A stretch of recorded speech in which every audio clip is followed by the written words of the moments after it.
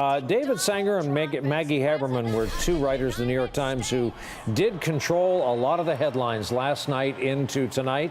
Mr. Sanger has been kind enough to join us following their New York Times interview with Donald Trump. And David, did you know when it left the bat that his answer on NATO was going to echo throughout the stadium? I suspected it would probably have a pretty broad reach, Brian, and that's because when we talked to him last, which was back in March, he was already discussing pulling back from NATO, pulling our troops back if other NATO nations did not pay more. So what I wanted to do in this interview was sort of push him to the next step, which is, would you defend a country that was attacked by, say, Russia? Those are the ones that are the most threatened, of course, are in the Baltics. And or would you apply a means test of whether they've been contributing? And it turned out he said he would apply that test. So it was a significant departure from, I think, Republican orthodoxy going back to the founding of NATO in 1949. And while some, like Mitch McConnell, rushed to correct the record today, in his view, I heard a Trump surrogate say tonight, it's because Donald is from the business world that he thinks in terms of financials where everything is concerned, that this is a financial matter with him. Can you characterize it either way? You know, I think that Trump supporter is on to something. When you talk to Mr. Trump about foreign policy issues, it's usually a pretty transactional conversation. In other words, he's interested in what we get out of each relationship with each country. Thus, if NAFTA is not a good deal for the United States, he's going to renegotiate it or pull out. If NATO appears to be an uneven deal, one in which the U.S. is paying 72%, I think it is, of the NATO budget, we're either going to renegotiate that or pull it out, or pull out of it. And I think that's quite different than the way most people in the foreign policy establishment, especially the Republican foreign policy establishment, look at this problem. They say, we have interests around the world. We have an interest in staying engaged around the world. We have an interest in setting up tripwires so that other countries are hesitant to attack a NATO member or attack Japan or South Korea. And that in and of itself is part of the American leadership role. And I think he just views it differently. I think he views it more as a development deal.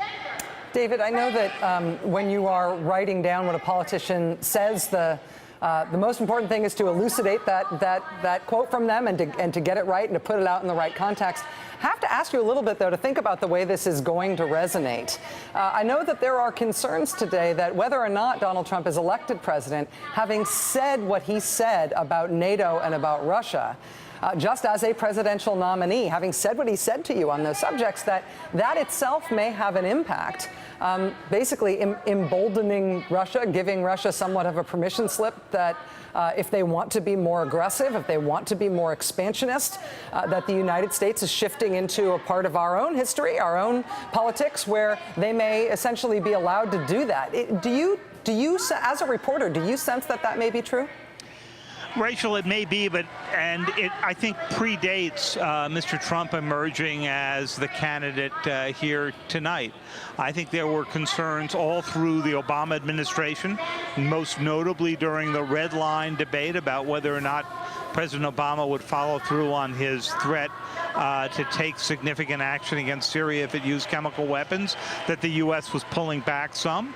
I think you've seen Vladimir Putin in the past 2 or 3 years press the envelope with these bomber runs that have been going along the European coast, increased submarine activity.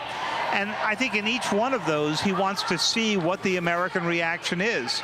Cyber is another great example of this. We saw a major cyber attack against Ukraine that took out some of their electric power grid back in December, and I think they were testing to see if there was a reaction. There wasn't much of one. So when you have rhetoric like this, it can have effects. Now, I think you could argue that Mr. Putin was testing before Trump came along, and he'll test after. David Sanger, the New York Times, author of this most recent interview with Donald Trump that had a pretty phenomenal political impact. David, thank you for being with us. Appreciate that. Thank you. As we said, toward the end of the transcript, David and Maggie asked the question, what do you think people will take away from this convention? What are you hoping? Donald Trump answers, the fact that I'm really well liked. Yes. He also, you know, we were talking earlier about optimism, the importance of an optimistic view. Steve Schmidt was mentioning this. The other thing that happened in this interview is that when Sanger and when these New York Times reporters asked him whether or not the United States should intervene with Turkey, our NATO ally, to try to keep them from doing what they're doing right now, which is a very scary anti-democratic backlash against this apparent coup last week, try to restrain them in terms of civil liberties and civil rights. He said basically no, because we're in no position to tell anybody what to do because we're in such terrible shape. In our country, people are shooting at police officers. Why are we going to tell any other country how to conduct itself?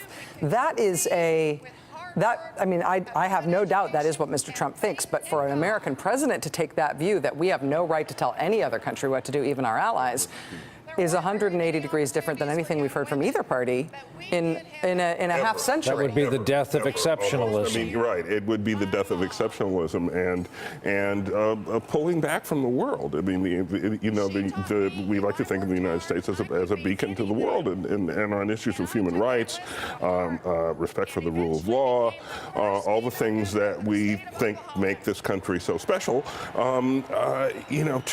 To not talk about that and to not really proselytize really about that would be a huge departure. It would just, uncharted territory. Uncharted territory.